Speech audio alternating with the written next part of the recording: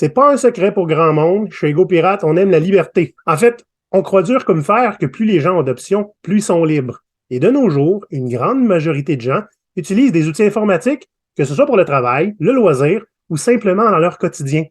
Alors, pour creuser la question un peu plus, on fait appel à un pro sur le sujet, François Pelletier, expert en sciences de données et en outils de collaboration numérique. On va regarder un Go Pirate Canada? GoPirate Canada, c'est qui ça? C'est Maurice, c'est papa!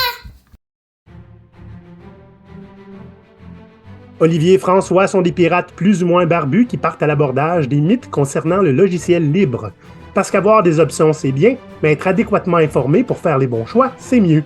Aujourd'hui, on passe les mythes sur le logiciel libre à la planche. Arrgh!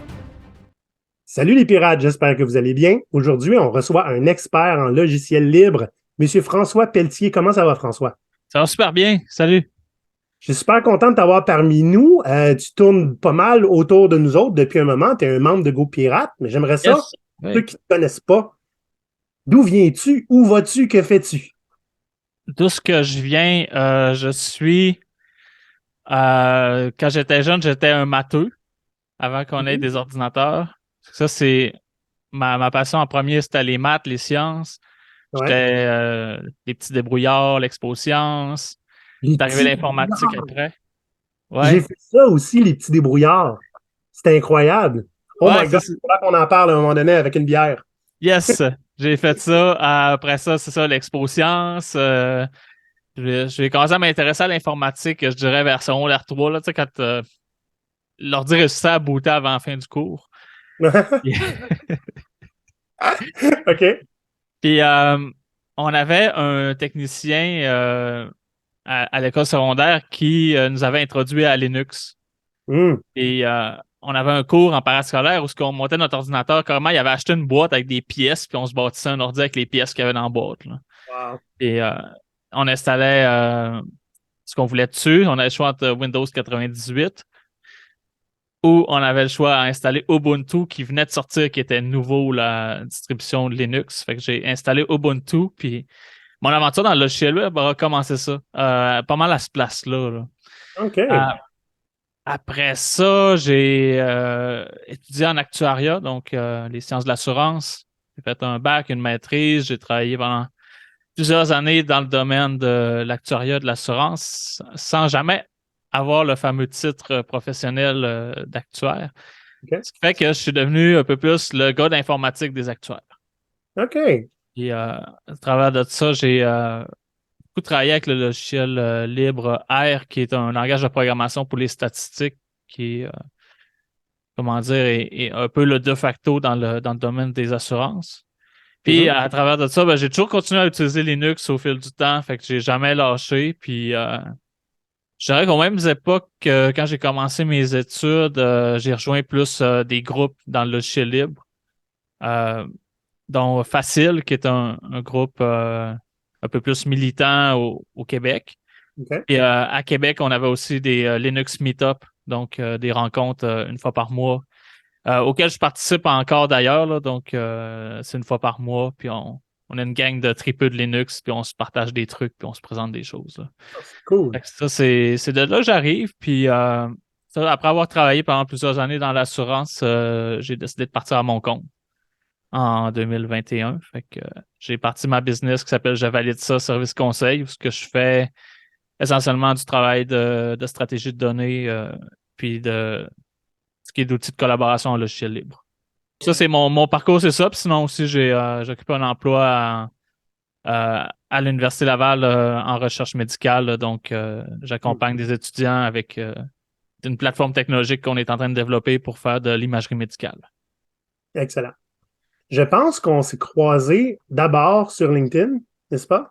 Oui, je pense que c'est pas mal là qu'on s'est croisés. Moi, je l'ai découvert quand vous faisiez vos vidéos en pirate sur LinkedIn, puis on est comme, c'est qui ces deux-là? Voyons donc. On Yes. prendrait ça au sérieux. C'est ça. C'est drôle parce que C'est drôle parce que pour te présenter, hein, dans le plan, je suis retourné voir ton profil LinkedIn, puis j'ai trouvé ça drôle parce que dans ta présentation, tu te qualifies de Grinch GPT, et anticulture Silicon Valley. J'aimerais ça que tu nous parles de ça un petit peu.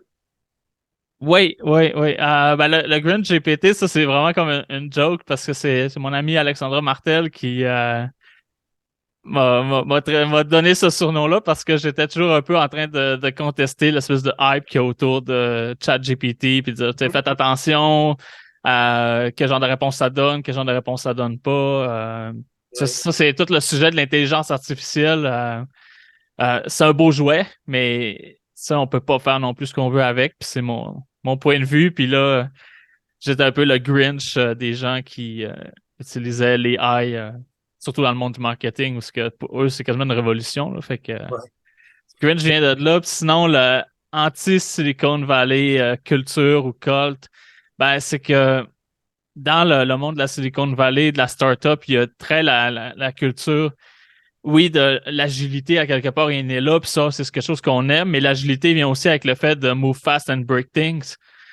Donc, de ne pas se soucier des conséquences éthiques et sociétales des actions qu'on fait ou de la façon qu'on développe les logiciels. Puis c'est quelque chose que je milite contre parce que j'aimerais ça que ça n'arrive pas au Québec, entre autres. Là. Donc, j'aimerais qu'au Québec, on garde nos valeurs.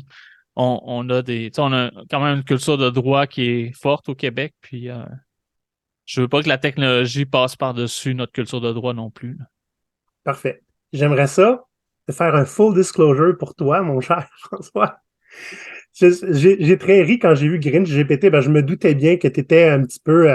Tu faisais un peu comme nous autres. Hein? Tu étais L'avocat du diable. vocal par rapport à ça. Ben, full disclosure, le plan de cet épisode a été fait grâce à ChatGPT.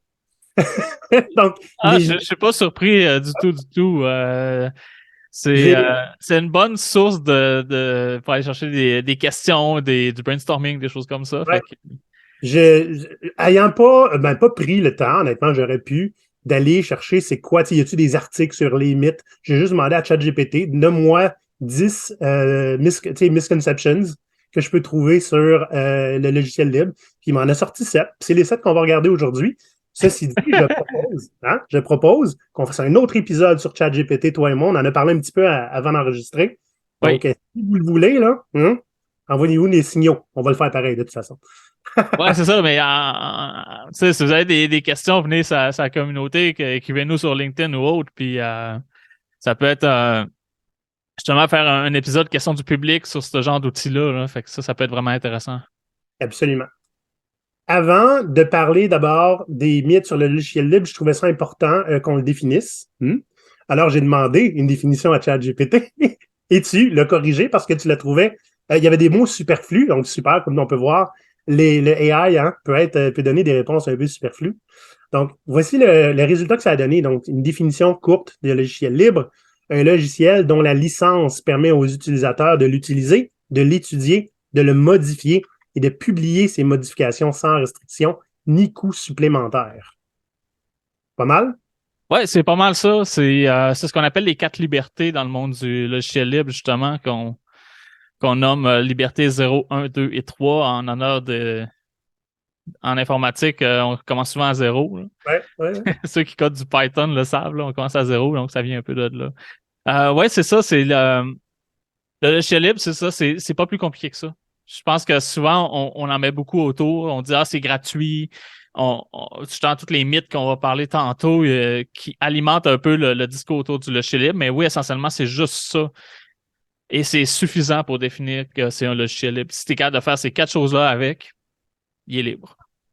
Okay. Tu m'as introduit à un mot que je trouve très puissant juste par la façon qui est écrit.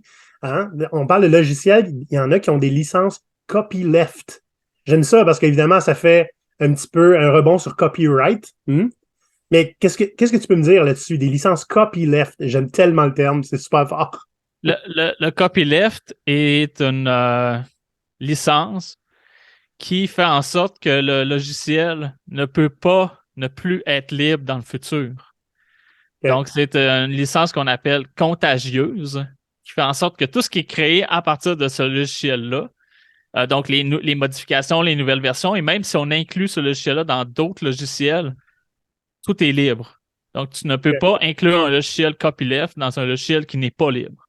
OK. Donc, si tu veux, par exemple, utiliser une librairie qui est libre de droit, et que tu vends quelque chose qui utilise cette librairie-là, cette partie-là ne peut pas être copyrightée.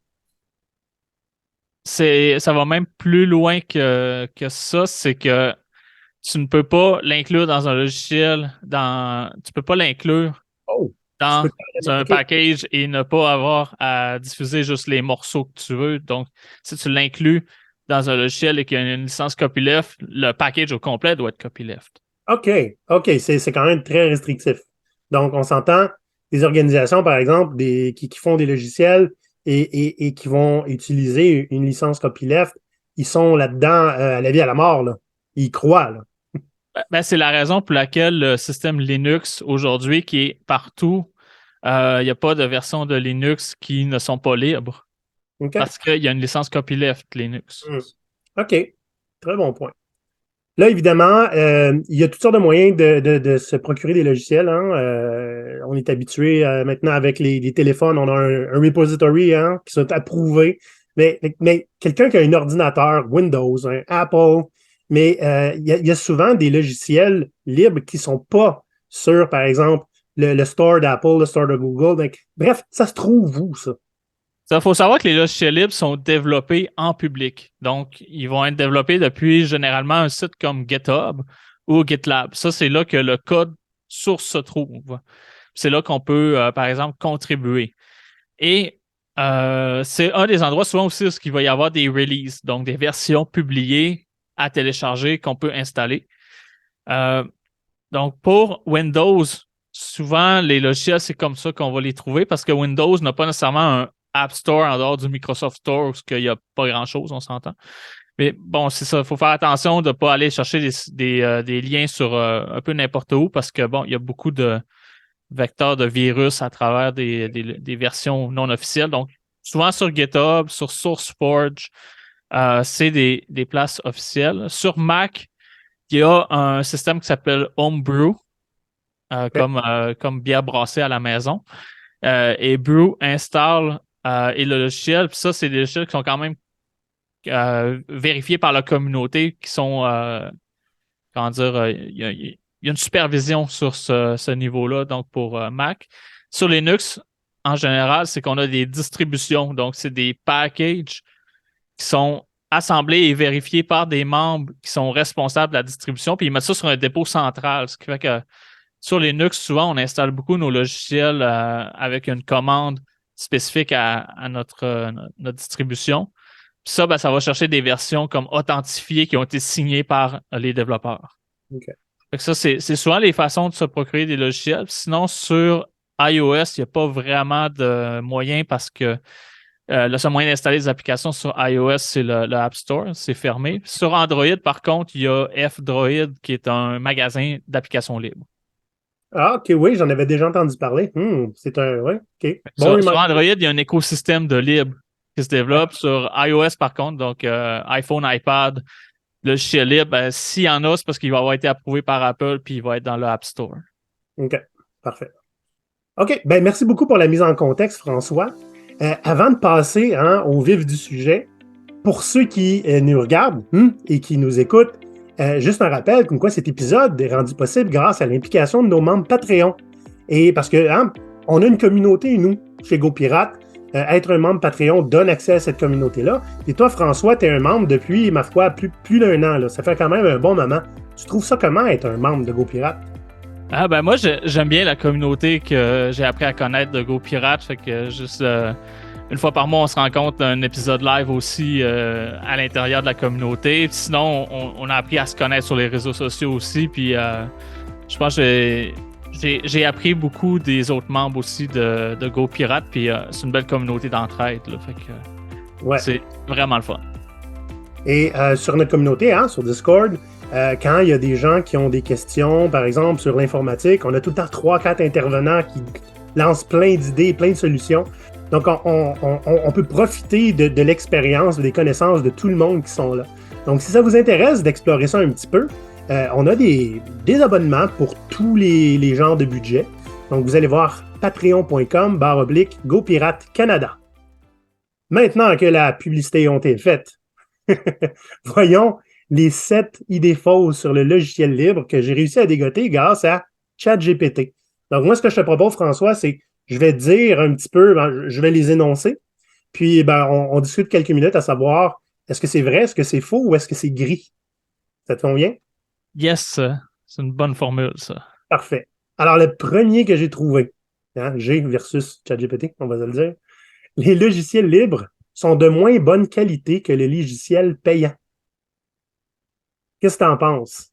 Qu'est-ce que j'en pense? Il y a la qualité d'un logiciel, ça ne mesure pas c'est le fait qu'il est gratuit, qu'il est payant, qu'il est libre ou qu'il n'est pas libre. La qualité d'un logiciel vient avec si on veut, son ancienneté à quelque part. Donc, est-ce qu'il y a une expérience de développement? Est-ce qu'il y a une maturité? Donc, Ouais. la maturité, est-ce qu'il y a une communauté autour? Si je suis mal pris, est-ce que quelqu'un va être capable de m'aider? Ça, c'est super important parce que tu vas avoir un super bon logiciel. Si la personne qui l'a conçu s'en occupe plus depuis 5 ans, ben, la journée que tu as un problème, ben, tu es pris avec. Effectivement. Euh, L'autre chose aussi, c'est la capacité à répondre quand il y a des incidents de sécurité. Donc, il y a un bug qui est découvert, quelque chose qui fait en sorte que tu pourrais te faire pirater. Ça va prendre combien de temps avant que le problème soit réglé? Ça, c'est quelque chose qui est bien important. Puis la force du logiciel libre, c'est justement qu'il y a une communauté autour du code et que quand il arrive quelque chose, c'est très réactif et ça se répare très rapidement. Fait que c'est une des grandes forces qui va faire en sorte que, oui, il y a une qualité qui vient avec plusieurs logiciels libres. Mais il y a aussi dans le monde du logiciel libre de toutes les sauces. Donc, il y en a des logiciels que c'est juste un TP de cégep de quelqu'un qui l'a mis sur Internet et ça reste là au fil du temps, mais la qualité n'est pas nécessairement là. Donc, il y a un travail quand même à faire pour choisir des logiciels.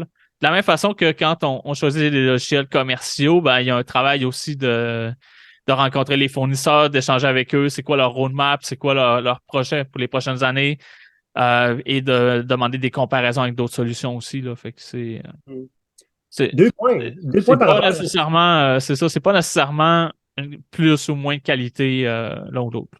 OK. J'ai 2 points par rapport à ce que tu as dit. Tu sais, tu disais que ça pourrait être un travail pratique de collège de quelqu'un qui a mis ça sur GitHub, puis on peut le prendre. Ben, tu sais, je veux dire, si ça répond à un besoin que tu as, tu peux le prendre et l'adapter. C'est ça qui est magique avec le Exact, logiciel. c'est ça, c'est que tu peux reprendre le projet de quelqu'un qui l'a laissé là il y a 8 ans, puis dire, hey, ça, c'est une bonne base pour ce que je veux faire. Mm. C'est un bout de chemin de fait. Ouais. C'est important d'en tenir compte dans le monde du logiciel libre. C'est que on peut reprendre le travail qui a été abandonné par les autres. Donc, ce qui fait qu'un logiciel ne meurt à quelque part jamais. Mm. Il y a une autre chose, ça m'a rappelé ça. Euh, Est-ce que tu as lu le livre Drive de Daniel H. Pink sur la motivation, ce qui engage les gens? Ça te dit quelque chose? Non, j'ai pas lu celui-là. Il y en a sûrement des pirates qui l'ont déjà lu, OK? Dans le livre, le gars, il parle justement de motivation, d'engagement. Puis il se disait nécessairement, ce qui est payant doit être de meilleure qualité et doit être plus complet parce que sinon, tu te bases juste sur la bonne foi des gens. Fait qu'il disait donc, en conséquence, l'encyclopédie Encarta aurait dû survivre et Wikipédia aurait dû mourir. Tu vois, parce qu'il y en a un qui est payant, l'autre non. Et on a bien vu ce qui est arrivé. Ben, je ne sais même pas c'est rendu où en Carta, je n'ai pas entendu parler Ah, depuis. je pense que c'est quand ils ont arrêté d'acheter les logiciels sur des CD, je pense que c'est disparu là. Genre. Donc, Euh, là, je trouve ça assez intéressant parce que effectivement, quelque chose qui est payant n'est pas automatiquement meilleur. Et tout dépend beaucoup de la mentalité des gens qui y travaillent, en fait. Ben, est-ce que tu veux avoir quelque chose qui est stable dans le temps? C'est sûr que si tu achètes un logiciel sur un CD, il ne changera pas. Ça, c'était l'époque. C'était comme juste le dire, ah, j'ai quelque chose de fiable dans le sens que c'est stable. Dans le sens que la définition d'un mot ne changera pas dans le futur. Alors qu'un Wikipédia, ben, c'est une base de connaissances qui est vivante. Donc, à toutes les fois qu'il y a un événement qui survient, les informations vont être à jour. Là. Puis la journée qu'on enregistre aujourd'hui, on a appris qu'il y a eu un gros tremblement de terre en Turquie et en Syrie. C'est arrivé dans moins de 24 heures. Puis si vous allez sur Wikipédia, il y a déjà des pages de remplies, puis c'est documenté. Donc, il y a la notion de temps réel, de communauté, puis il y a une révision par les pairs aussi qui se fait dans le monde du libre, que ce soit des connaissances libres comme Wikipédia ou des logiciels libres. Ouais, c'est pas tout le temps le cas dans un logiciel payant. Non, c'est ça, mais il peut y avoir des logiciels payants qui ont aussi cette culture-là en arrière de révision par les pairs, puis qui ont la même méthodologie, c'est juste qu'ils fournissent pas leur code. Mais l'affaire, c'est que tu le sais pas. Exact. OK. Alors que, alors que le logiciel libre, ben c'est public. Tout ce qui se passe, qui a écrit quelle ligne de code quand, qui a scrappé le code à qui, tu le sais. Ouais, c'est vrai, c'est public. J'en Exact. profite pour faire un pont avec le prochain point, hein. Les logiciels libres sont développés seulement par des bénévoles. Wikipédia, c'est un exemple. Puis peut-être qu'ils contribuent beaucoup à cette fausse idée-là, hein. Mais il n'y a pas que des bénévoles. Je veux dire, il y a combien de programmeurs qui travaillent chez Linux? Je suis pas mal certain que ce pas tous bénévoles et leur grand cœur non plus, là. Non, mais en réalité, de plus en plus de développeurs sont payés dans le cadre de leur travail pour développer le logiciel libre parce que leur entreprise ou ce qu'ils travaillent s'en sert. Ouais. Donc, c'est une des raisons pour contribuer au logiciel libre, c'est que tu travailles dans une business, on en a besoin, il ne répond pas exactement à nos besoins, fait qu'on l'adapte. Fait qu'on paye des développeurs pour l'adapter, puis en échange, ben, on profite aussi des adaptations qui sont faites par les autres utilisateurs. Ça, c'est une chose. Puis deuxième chose, c'est qu'il y a des entreprises qui choisissent de libérer leurs logiciels qu'ils ont développés à l'interne. C'est vrai. Donc, le logiciel a été développé par des gens qui ont été payés pour le faire à l'interne. Puis à un moment donné, l'entreprise s'est dit, ce logiciel-là, on va en faire profiter à la communauté pour soit des raisons publicitaires, soit parce que ben, on veut vraiment le donner à la communauté, soit parce qu'on veut profiter des développements de nos clients, puis ça va être plus facile de travailler en public comme ça. Soit parce qu'on veut arrêter de former nos employés, puis c'est pas mal moins cher s'ils l'apprennent eux-mêmes à l'école avant de les embaucher. Ça, c'est une autre stratégie aussi qui est utilisée. C'est ce qui fait en sorte que les grands logiciels qui ont beaucoup de contributeurs, ben, il y en a à travers le lot qui vont être payés, qui vont être des employés de grandes entreprises ou de petites aussi qui ont décidé de travailler en mode open source. Là. Il y a des entreprises, entre autres, qui s'appelle POSIT maintenant, qui c'était RStudio avant, qui est l'environnement de développement pour le langage R. Cette entreprise-là, c'est une B Corp, donc c'est une entreprise à vocation sociale. Mhm. Et cette entreprise-là, ben, leur produit principal, RStudio, est un logiciel libre dès le départ. Puis ben, autour de ça, ils fournissent des services conseils puis des modules payants. OK, super. C'est des modèles d'affaires qui existent que le core de la business, c'est un logiciel libre. J'ai un autre. J'en profite pour aller prendre quelque chose qu'on a déjà raconté dans un super vieil épisode quand on parlait des contrats. J'ai connu quelqu'un, moi, qui était développeur à un endroit où je travaillais. Puis on travaillait justement avec un logiciel libre. Et lorsque c'était le temps de signer son contrat, hein, parce qu'il venait juste d'arriver, le gars, on l'avait embauché, il a dit, désolé, mais je ne peux pas signer certaines clauses. Parce que ça dit que tout ce que je produis appartient à l'entreprise. Mais on produit des affaires avec le logiciel libre. Donc, cette clause-là, je ne la signe pas. Ça doit être quelque chose d'assez courant. T'sais. Tout ce que tu fais appartient à l'entreprise, mais là, c'est parce que, je veux dire, on contribue au logiciel libre, ça ne peut pas appartenir à l'entreprise. Qu'est-ce qu'on fait dans ce temps-là? C'est compliqué, puis ça prend des fois un avocat dans le dossier. Là. Lui, il a Ça, juste décidé de ne pas signer, puis les RH l'ont pas acheté avec ça. Ouais, mais c'est quand même. Faut faire attention parce que ça se peut que le contrat de l'entreprise ne soit pas légal en soi parce que justement, il casse il est contre les licences des logiciels. Fait que ça, c'est à faire attention. Mais bon, je suis pas un expert en propriété intellectuelle puis je suis pas avocat, fait que ça prend un avocat pour répondre à cette question-là. Mais j'ai un exemple intéressant, une anecdote que je peux raconter, qui est il y a un logiciel qui s'appelle Airflow, qui est un logiciel d'ingénierie de données, donc qui permet de transporter des données entre les systèmes pour faire justement des modèles d'intelligence artificielle. Mais ça, c'est plus la partie tuyauterie où on prend les données des systèmes puis on les amène dans un entrepôt ou ailleurs. Donc, Airflow, son nom, il y a Air dedans, ça veut dire que ça vient de Airbnb. Mais le développeur de ce logiciel-là n'était pas chez Airbnb, il était chez Facebook quand il l'a développé. C'est juste que quand il a commencé à développer ça de site, il s'est dit, ben moi, j'aimerais le rendre open source. Et il a mis ça dans ses conditions pour son emploi. Il dit, si vous ne m'autorisez pas à rendre ce logiciel-là open source, libre, Je m'en vais. Hmm. Comment ça s'est Et passé? l'affaire, c'est qu'il est allé voir Airbnb. Il a dit, hey, ben, moi, j'aimerais travailler chez vous. J'ai développé ce logiciel-là que je crois qu'il pourrait vous être super utile. Mais ma condition, c'est que je veux que ça soit un logiciel libre. Puis ils ont dit oui. Fait que, il est allé chez Airbnb, puis ça se nomme maintenant Airflow. Et c'est un logiciel libre de transfert de données qui a aidé même à faire connaître et à recruter des gens chez Airbnb à cause justement qu'ils ont. C'était un peu un stunt à l'époque de dire on a engagé quelqu'un pour mettre son logiciel dans la communauté. Ben ouais. Justement, c'est que ça peut être quelque chose qui joue sur les stratégies de ressources humaines aussi, de dire OK, ben, on a des employés qui sont dédiés à contribuer à un logiciel libre qui est un bien commun. Ben, dans ta marque employeur, ça peut être une super bonne chose. OK. Parfait. Je propose qu'on aille vers le troisième mythe. Les logiciels libres ne sont pas sécurisés. Puis toi, tu connais ça, la sécurité? Parce que je te pose souvent des questions là-dessus. Oui, ça, c'est la sécurité, c'est un domaine auquel j'ai commencé à m'intéresser il y a quelques années. Comme je disais tantôt, je l'ai un peu répondu dans le premier mythe, le fait que la sécurité, il n'y a rien qui est sécuritaire à 100%. Ça, c'est une chose importante à se rappeler. Mais c'est la vitesse de réaction de la communauté à réparer les bugs quand ils sont trouvés qui va faire en sorte qu'un logiciel va être sécuritaire. Et un logiciel libre qui a une bonne communauté de développement qui est active, quand il y a une vulnérabilité qui est exposée par il y a un système international qui s'appelle les CVE. Quand il y en a qui sortent dans le monde du logiciel libre, souvent sont réparés très rapidement.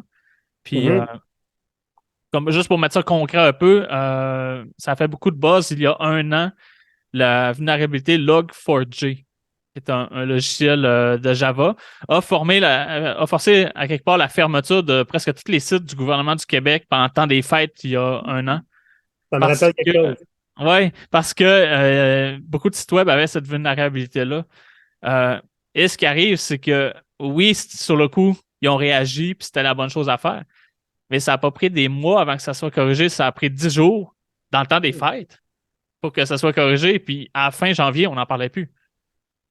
OK. C'est un bel exemple. C'est Log4j, c'est un logiciel libre. Et, la communauté s'est mise tout de suite dessus pour réparer le bug. Et ça a été corrigé en une dizaine de jours. Est-ce que Log4j était sécuritaire? Bon, on ne savait peut-être pas, mais là, de voir, OK, il y a une équipe qui répare les bugs rapidement, ben, ça augmente la qualité, la sécurité du logiciel. OK. Ton exemple répond à une partie du prochain mythe.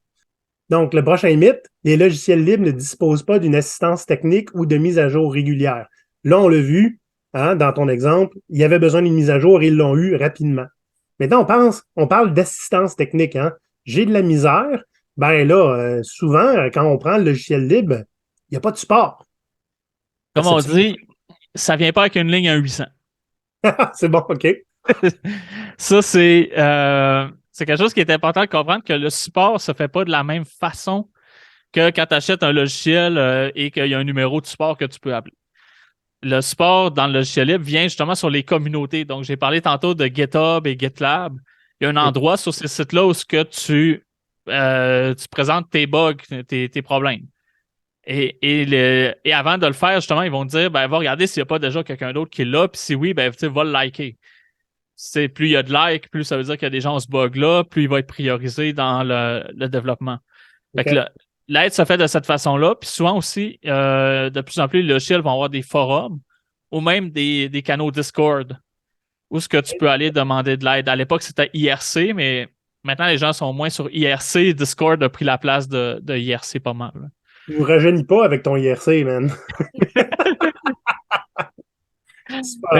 Mais oui, c'est le genre de support qu'il y a. Il y a un support. Puis souvent, ce qui est le fun, c'est que tu parles directement aux gens qui développent le logiciel, donc tu n'as pas une interface entre les deux, de dire quelqu'un au téléphone qui va ouvrir un ticket qui va l'envoyer à quelqu'un. Ouais, OK. Ça, c'est souvent ça dans le logiciel propriétaire. Tu vas appeler, ils vont le prendre en note, puis tu vas avoir des nouvelles à un moment donné. Ouais, c'est public. Tu rouvres un bug, c'est public. Fait que, comme tu le vois quand il y a des gens qui travaillent dessus, ou tu vois que ça fait longtemps, ça fait 8 mois j'ai ouvert ça, as-tu des nouvelles? Ils vont te dire, ouais, ben, tu sais, il y a tel autre bug qu'il faut corriger avant. Là, tu as une interaction, puis tu as un sentiment d'appartenance aussi avec la communauté qui vient avec ça. Mais c'est ça, le support est différent. Puis les mises à jour régulières, moi, je vois des logiciels qui sont mis à jour parfois aux 15 minutes. Quand même. Il y a une correction, elle est mise en ligne, puis c'est instantané. Fait que ça, c'est des mises à jour très régulières dans le monde du logiciel, mais en même temps, ça dépend. S'il y a un logiciel justement qui est développé par une seule personne qui fait ça à temps perdu, ça se peut que les mises à jour soient 6 mois. Ben oui. Mais ce qui est important, c'est d'aller voir, OK, c'est quoi leur fréquence? Fait que tu vois souvent toutes les anciennes versions. Tu regardes un peu l'intervalle entre les dates. Tu dis, OK, eux autres, ça a l'air d'être au mois. Ou des fois, ça va être très écrit formellement dans la documentation. Nous, on sort ça le 15 à chaque mois. Hmm. Fait que il y a différentes cultures de développement de logiciels qui vont changer la fréquence des mises à jour, mais ça peut être jusqu'à, comme j'ai dit, aux 15 minutes. Il y a des compagnies qui font ça maintenant. Ils appellent ça de l'intégration continue. Ouais. À toutes les fois qu'il y a une ligne de code qui est changée, elle passe à travers une batterie de tests robotisée. Quand tous les tests passent, ben, c'est directement en ligne. OK.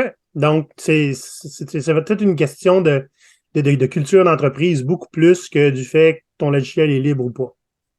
Oui, exactement, parce que tu vas avoir des logiciels commerciaux aussi qu'il y a des fréquences de mise à jour très fréquentes. Je pense que Facebook est aux heures, par exemple.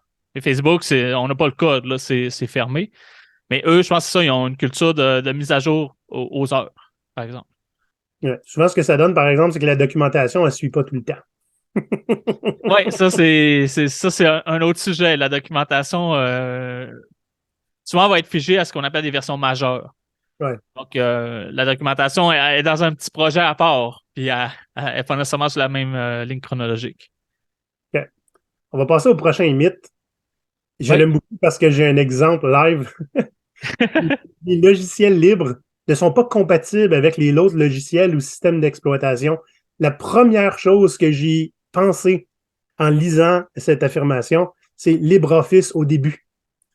Et, tu sais, tout le monde, enfin, je peux avoir quelque chose qui ressemble à Office qui est gratuit, mais il n'y avait pas grand-chose de compatible. Ça s'est beaucoup amélioré avec le temps. Oui. Mais au début, la première plainte que tu avais, c'est, ben, tous mes documents sont pas regardables. Hein? Oui. La question, là, c'est qu'il y a une sous-question qui est cachée. C'est que c'est pas le logiciel libre, c'est qu'il y a aussi la notion du format libre. Ah! Le format libre, c'est le format de fichier. Puis à l'époque, on parle des fichiers doc et non pas docx. Ouais. Le fichier doc, à l'époque, appartenait à Microsoft et la recette était secrète. Ah Et ce qui les a éventuellement forcés à créer un format un peu plus standard, qui est le docx qu'on utilise maintenant. Puis ça, je pense que c'est à cause d'une loi de l'Union européenne. Donc, OK. il y a des lois souvent qui vont forcer les fabricants à utiliser des formats de données standards. Fait que ça, c'est ce qu'on appelle l'interopérabilité. Donc, ton fichier de données peut fonctionner dans plusieurs logiciels. Fait que ça, c'est un aspect. Mais pour revenir à ton mythe de ça marche pas partout, parfois, c'est par choix. Si Google a décidé qu'il n'y aura pas de client pour Google Drive sur Linux, c'est pas parce qu'ils n'ont pas les moyens. C'est parce que c'est une raison commerciale et politique, alors que probablement que ça leur prendrait une semaine et ça serait réglé. Ouais. Et tu as des entreprises comme Microsoft qui ont décidé que Teams allait marcher sur Linux, ben ils l'ont développé et il marche sur Linux maintenant, Teams. Parce que c'est une question de choix commercial plus que de ça marche ou ça marche pas. Mais en général, les logiciels libres, pour revenir au libre, parce que là, les deux exemples qu'on a donnés ne le sont pas, on essaie souvent de les faire marcher le plus possible sur toutes les plateformes. Parce qu'on veut que ça marche partout. Et c'est plus facile qu'avant. À l'époque, il fallait comme que tu aies une version un peu séparée pour chaque système. Ouais. Maintenant, ça s'est beaucoup uniformisé parce que même une entreprise comme Microsoft utilise beaucoup du Linux. Il y a même un Linux de caché dans ton Windows, puis tu ne le sais même pas, qui s'appelle le Windows Subsystem pour Linux. Okay. Et en développant ça, ben, il y a beaucoup de logiciels qui marchent maintenant sur Windows qui viennent du monde Linux. Puis un Mac, la plupart des gens de Mac ont jamais vraiment été sous le capot. Mais si on va sous le capot d'un Mac, c'est un système qui s'appelle BSD, qui est un petit frère de Linux qui est très proche. Donc, il y a beaucoup de choses qui marchent sur Linux dans le monde du logiciel libre qui ont été portées à Mac. Fait que je dirais que maintenant, ça fonctionne un peu partout. Pour les logiciels de mobile, tu as Android qui a son petit écosystème de logiciel libre. Puis s'il réussit à passer à travers la barrière à Apple Store, là, il va être sur Apple, mais c'est ça. Apple contrôle toutes les logiciels que tu peux installer sur un iPhone. Ils ont le dernier mot à quelque part, là. Ouais. OK. Donc, c'est des décisions d'affaires.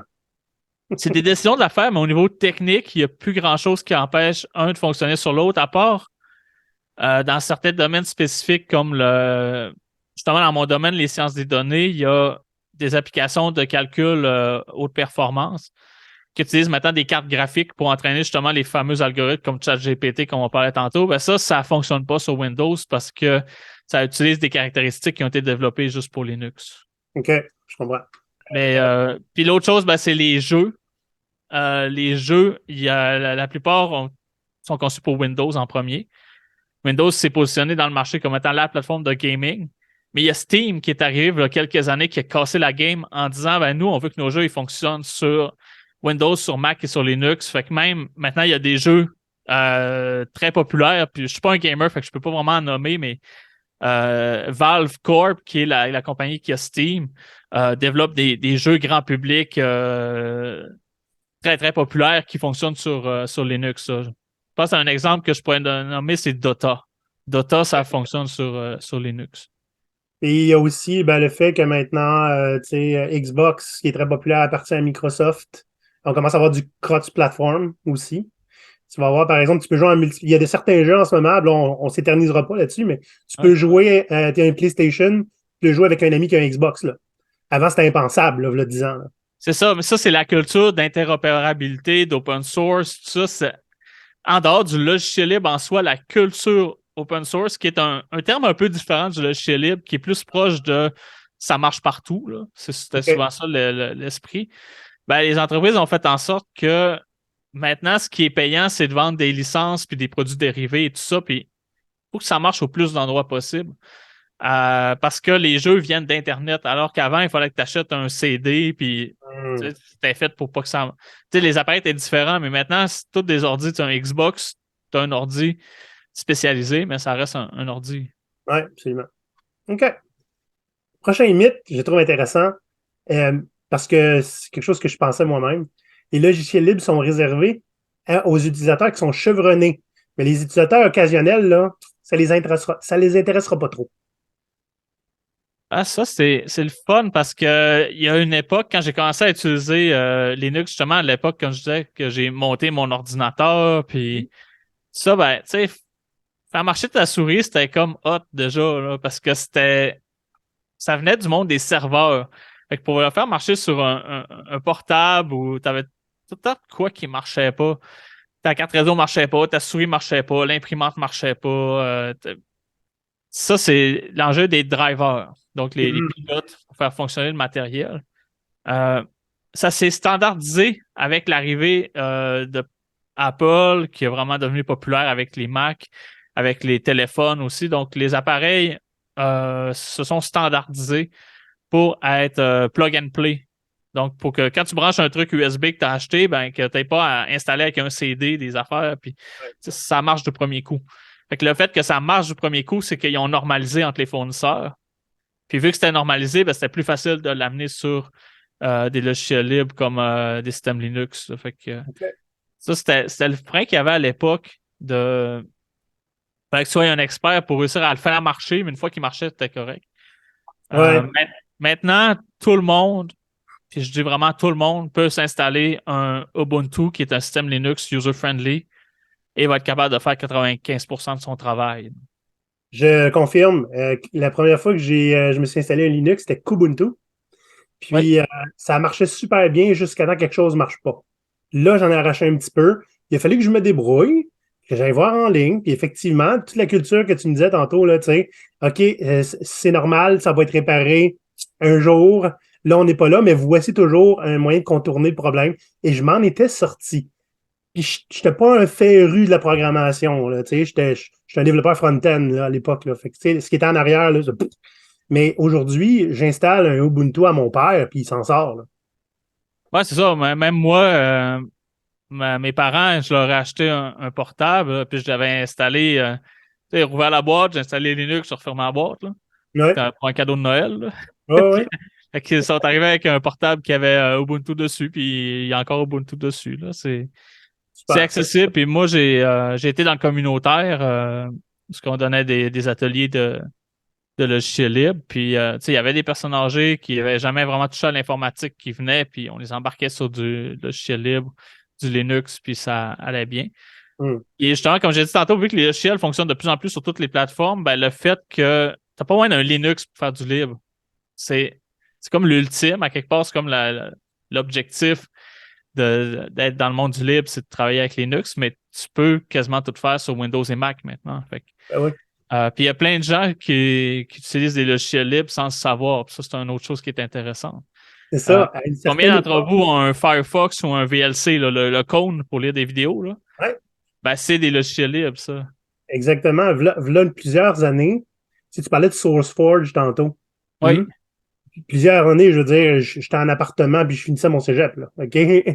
V'là plusieurs années, il fallait que tu fasses un effort volontaire pour trouver, tu sais, du open source ou du libre qui était de qualité. Il fallait que tu le cherches pour le trouver. Aujourd'hui, il y a beaucoup de logiciels libres qu'on a puis on ne sait pas qu'ils sont libres. Ça a vraiment. exactement. Puis l'exemple que je voudrais dire, c'est que les gens ne le savent pas nécessairement, mais Android, c'est libre. C'est vrai. C'est juste que Google ont rajouté leur bébelle par-dessus. Ouais. Et Android, c'est un projet que Google a acheté. Puis il y avait une licence libre. Donc, ils l'ont gardé libre. Il n'y avait comme pas le choix à cause des licences du copyleft, comme j'ai parlé tantôt. Fait que dans le fond du système, c'est libre. Par-dessus, non. Ils ont racheté leur couche, mais c'est ça. Fait que le Android est basé sur du logiciel libre. La plupart de nos voitures roulent avec des logiciels libres. Intéressant. Il y a des centaines de millions de lignes de code dans un ordinateur central de voiture. Puis, ben, les fabricants, eux, ce qui les intéresse, c'est pas de développer des logiciels, c'est de faire des autos. Fait que ça a été standardisé. Il y a un consortium européen où tu as Volkswagen, tu as Audi, tu as BMW et autres fabricants européens qui sont mis ensemble, se sont dit, ah, ça, une plateforme commune Hmm. pour nos autos. Puis ça a été développé en logiciel libre.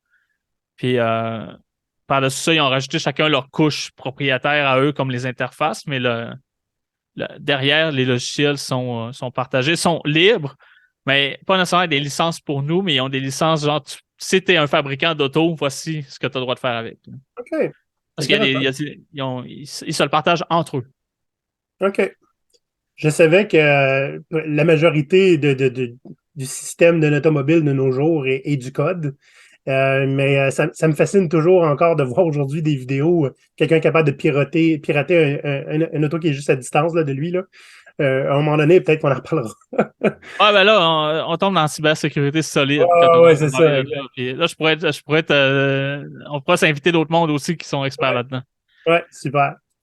Et il reste deux mythes à débunker. Hein. Un des plus gros, là, celui que je veux dire là, tous les logiciels libres sont gratuits. Hein, parce que c'est des hippies qui font ça. Euh, tous les logiciels libres sont gratuits. Non.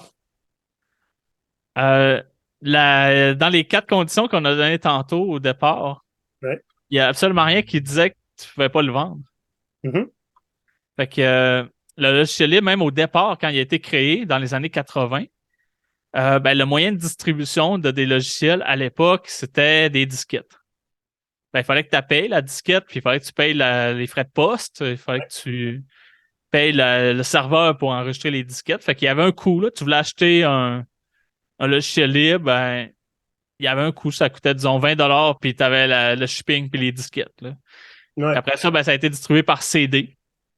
Même chose, il y avait des frais. Fait que le logiciel libre, dès le départ, était vendu à cause du moyen de distribution. Il y avait pas, Internet n'existait pas encore. Ben, Internet existait, mais c'était un truc militaire. C'était Ouais. pas grand public. Là. Ah, ouais, je comprends. Fait que ça, c'est une chose importante, c'est que c'est pas nécessairement gratuit. Euh, Par contre, tu vas toujours avoir le code source gratuitement. Hmm. Mais ça se peut que tu aies à travailler fort pour en bâtir un logiciel utilisable. Ouais. Comme c'est le cas justement d'Android que je parlais tantôt, le code source d'Android est disponible, mais de le rebâtir pour ton modèle spécifique de téléphone, c'est un challenge en soi. Là. Ouais. Puis j'imagine qu'il y a plein d'autres choses au travers. Dans le fond, on ne paye pas pour le code ou le logiciel, mais peut-être qu'on paye, entre autres, tu sais, si j'imagine que tu peux avoir un logiciel qui est libre, mais il te charge peut-être une licence pas trop chère pour pouvoir avoir le support technique, par exemple, derrière.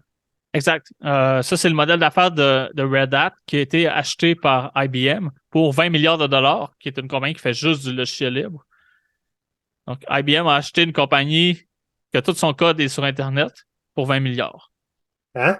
Fait que c'est pas gratuit, hein? C'est ça. Et Red Hat, c'est une compagnie qui est rentable. Donc, Ouais. IBM, qui avait des soucis financiers, a acheté une compagnie très rentable pour l'intégrer à son offre. Et eux, le plus gros fournisseur de logiciels cloud en ce moment, en termes de marge bénéficiaire, c'est IBM. OK. En proportion de leur taille. C'est pas les plus gros, mais leur pourcentage de bénéfices est dans les plus élevés parce qu'ils vendent des licences de logiciels libres de Red Hat, entre autres, qui est le système Red Hat que faut que tu payes pour avoir la licence. Mais si tu veux avoir un Red Hat pas de support, ben, le code est sur Internet, puis il y a des distributions qui sont compilées par des bénévoles qui reprennent le code de Red Hat puis qui en font un identique à part le logo. OK, ouais. Et tu peux payer, puis quand tu payes, ben, tu as accès au support d'une ligne 800, comme je disais tantôt, tu as du support, puis tu as les mises à jour avant les autres, etc. là. Donc, OK. tu as un modèle d'affaires qui se fait avec des logiciels libres payants. C'est bon. Non, c'est pas gratuit, c'est pas nécessairement gratuit. Puis ça, c'est important de le dire. Je pense que tu avais quelque chose que tu voulais raconter là-dessus. Oui. Écoute, parce que je suis allé vers toi, hein, là, quelques semaines en te disant, écoute, j'aimerais savoir plus d'informations sur les gestionnaires de mots de passe, hein, parce que there's so much I can hold in my head. Tu sais, j'en ai tellement de mots de passe à un moment donné, là, je ne retiens plus. Puis je suis tanné de changer de mot de passe. Hein? Fait que je me suis dit, je vais prendre un gestionnaire pour avoir juste un mot de passe à penser. Et en fouillant, je me suis rendu compte que je tassais automatiquement tous ceux qui me chargeaient. Hein? Tous ceux qui étaient propriétaires, là. Bon, ils veulent me charger 30$ par année. Non, je ne le veux pas. Non. Et à un moment donné, je dis, hey, je vais demander au monde, en connaissez-vous qui sont des logiciels libres? Et j'en ai trouvé un, celui que j'ai sélectionné, qui s'appelle Bitwarden. Lui, c'est gratuit. Fait que je peux gérer tous mes logiciels gratuitement. Et je me suis rendu compte qu'il y a un compte premium, hein, avec lequel tu peux partager, par exemple, ce compte-là avec 2 ou 3 employés ou des gens de ta famille, whatever. Et je me suis dit, tu sais quoi? J'ai envie de prendre la licence juste parce que j'ai pas besoin que ce que le premium va m'apporter. Mais, je veux dire, il te le donne, puis ça a l'air d'être une maudite belle application. Donc, moi, je suis prêt à payer juste pour continuer à avoir de la qualité. Fait que bref, quand d'emblée, on me charge pour, je tasse ça de la main, mais quand c'est gratuit, je suis prêt à donner. Pareil comme le Olivier, qui, je me souviens, il y a 15-20 ans, était à un show heavy metal, et il y a un gars qui me dit, tiens, je te donne mon démo, tu viendras me dire qu'est-ce que tu en penses sur notre site web. Puis s'il y a si tu veux faire un don, il y a une boîte à l'entrée, là, il y a quelqu'un qui récolte des dons. J'ai donné tout de suite 10$ en me disant, tu sais, je sais c'est quoi, pas être capable de vivre, tu sais, de ta passion. Puis juste parce que tu viens de me donner gratuitement un CD, ça vaut au moins, tu sais, il y a un effort qui a été mis. Je sais que tu as travaillé fort, voilà 10$. Je me suis pas jamais posé de questions, puis j'ai adoré finalement son démo, puis c'est un band qui est super connu aujourd'hui. Mais il y a une culture derrière le logiciel libre, ben en fait, tout ce qui est libre de droit, qui fait que tu reconnais, c'est pas parce que c'est gratuit qu'il y a moins de valeur, hein, mais il faut que tu reconnaisses l'effort qui est en arrière. Il y a une. Tu sais, il y a la communauté qui se bâtit autour d'un logiciel libre. Je dirais que c'est des communautés avec les plus gros fan clubs, là. C'est des fan clubs parfois, là. Tu sais, il y a de la merch, il y a des t-shirts, des stickers, puis on est là-dedans autour d'un brand qui est du code sur GitHub, quelque part. Mais ce qui fait en sorte que la culture de donner ou d'acheter une licence avec les extras commerciaux que tu n'as peut-être même pas besoin juste pour dire, OK, ben, tu sais, je les encourage, je les supporte, j'apprécie ce qu'ils font. Cette culture-là est présente, là. Puis c'est, à quelque part, c'est un peu du pourboire. Oui, c'est comme ça que je le voyais. C'est vraiment le même principe que donner du pourboire. Puis ça, c'est présent. Puis il y a une autre chose aussi qui est fun dans le monde du logiciel libre, c'est qu'il y a ce qui s'appelle des bounties. Les bounties, c'est j'ai un problème où j'aimerais avoir une fonctionnalité dans le logiciel qui n'existe pas. Je mets 1000$ sur la table. Le premier qui en développe, j'envoie le 1000$. Ah, j'aime ça. Puis c'est très pirate en plus, les bounties. Fait que, les bounties, ça existe dans le monde de la cybersécurité pour trouver des bugs. Ouais. Si tu trouves un bug et que tu nous le prouves, ben, on va te payer pour parce que tu l'as trouvé, même si tu ne sais pas comment le régler. OK. Ça s'appelle des bug bounty, mais dans le monde du logiciel, tu as aussi des bounties pour développer des fonctionnalités dans les logiciels. OK. Fait que t'as des gens qui sont prêts à dire moi, j'aimerais ça que tu le traduises, par exemple, en français parce qu'il n'est pas disponible. Ben, si toi, tu dis hey, moi, je vais m'en occuper, je vais le traduire, ben, il y a de l'argent qui vient avec le ticket dans GitHub, par exemple. Ça existe maintenant dans GitHub. Tu peux mettre de l'argent, bider un peu sur des tickets pour qu'ils soient priorisés. C'est intéressant ça parce que moi, je suis un fan de la langue, entre autres, et j'ai contribué volontairement à franciser certains sites web là, longtemps, juste parce que, leur, leur valeur était forte. C'était quelque chose que je voulais voir arriver, puis je voulais que ça spread partout. Fait que je me suis porté bénévole pour franciser des sites web. Puis, je veux dire, il n'y a personne qui m'a donné des sous pour ça. Et que ça fait un petit peu, tu sais, la question de communauté là-dedans. J'aurais probablement été moins engagé si quelqu'un était venu me chercher pour traduire ça. C'est intéressant. OK. Ça, mais la plupart sont des bugs sont souvent fixés gratuitement parce que tu es tout utilisateur. Quand tu es dans la communauté, c'est parce que tu t'en sers. Puis les développeurs, ben, c'est souvent les gens qui ont développé le logiciel. C'est parce qu'ils en avaient besoin. Ça, c'est la base du logiciel libre souvent. Tu fais pas un logiciel parce que je vais faire de l'argent avec. Tu fais de quoi parce que tu en as besoin. Ça règle un de tes problèmes. Puis là, tu te dis, ben, il y a peut-être d'autres mondes sur la planète qui ont ce problème-là. Fait que là, tu le partages. Régler un problème, c'est la base de l'entrepreneuriat. Hein. Si tu as une belle offre, mais qui règle le problème de personne, tu C'est pas ça. loin. Fait que des fois, ça devient des business, puis des fois, non. C'est ça. Le logiciel libre part quasiment jamais d'une idée de business. Ça part de j'ai une business moi-même.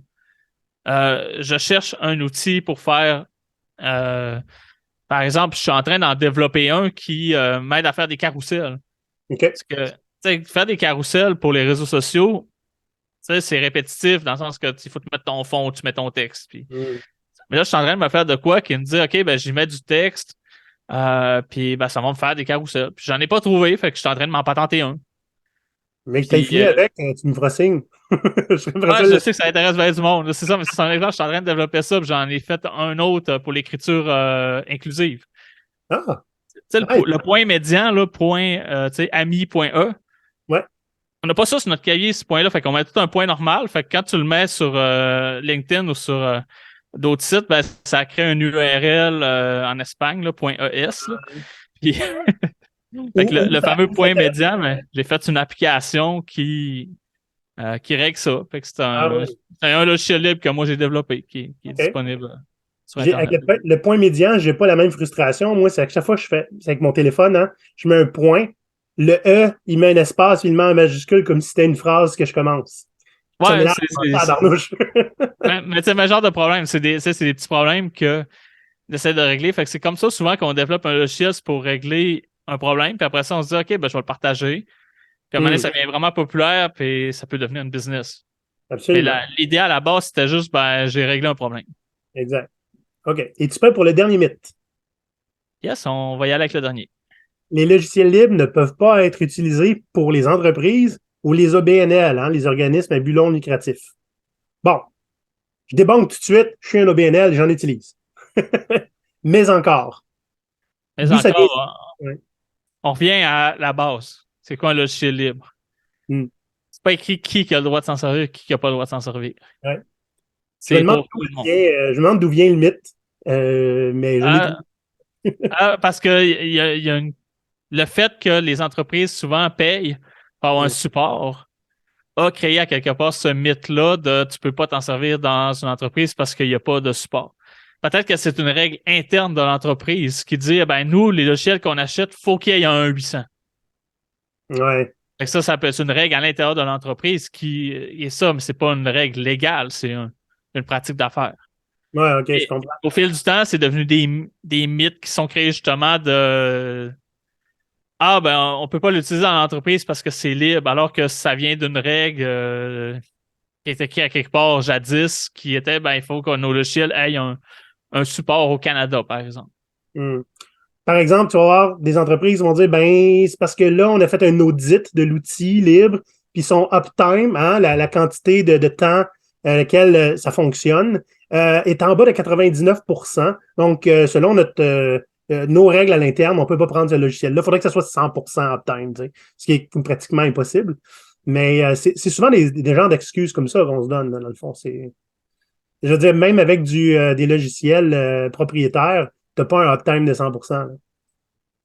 Non, c'est ça. Puis l'affaire, c'est que quand il est buggé, puis que ta ligne 800 est juste de 9 à 5 du lundi au vendredi, Hmm. ben, soit il faut t'attendre au lundi, alors que ben, dans le monde du logiciel libre, on est beaucoup de gens qui ont des fois un peu pas de vie parce qu'on est des passionnés. Fait que ça se peut que tu aies du support le samedi puis le dimanche en plein milieu de la nuit, là. Exact. À considérer. Et ça, c'est une chose. Puis de deux, le fait que c'est souvent international, Hmm. ben, ça fait que ça vire 24 heures ou presque les forums. Moi, ça m'arrive que je pose une question sur un forum en plein milieu de la nuit. Je réponds 5 minutes après parce qu'il y a quelqu'un en Arabie Saoudite qui m'a répondu. OK. Et Bon, qui a vraiment un aspect très international. Puis, tu sais, je pense qu'on va finir là-dessus, puisque c'est vraiment une chose intéressante, c'est que le logiciel libre a permis l'informatisation des pays en voie de développement, des pays pauvres. ah, Que, ça coûte rien presque. On peut le modifier, puis de deux, ils ont pu le traduire dans leur langue eux-mêmes.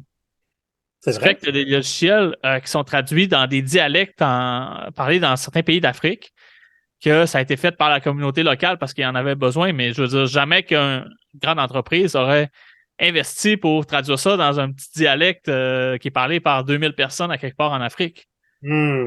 Très Fait que fort, très fort. OK. c'est un autre aspect très intéressant, c'est que le logiciel libre est vraiment international.